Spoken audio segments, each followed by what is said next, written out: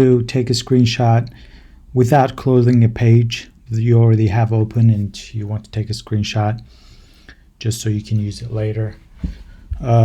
So let's go to Safari, and we have to have a developer bar up here or developer menu, and to get that, if you don't already have it, to get that you have to go to preferences, click on advanced, and then show develop menu and menu bar.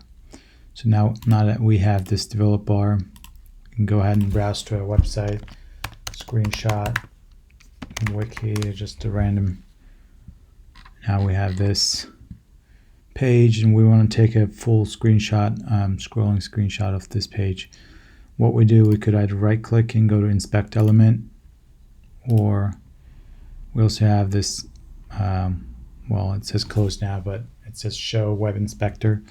If you don't have it up, and you scroll up to HTML, right click on here, click on capture screenshot, and it takes a full screenshot of the page. Let's save it to desktop so we can open it and review. There's the page. It takes a nice high definition screenshot of the page. It's readable, it's in PNG format, and that's it. It's that easy. And you can close this to get it out of the way.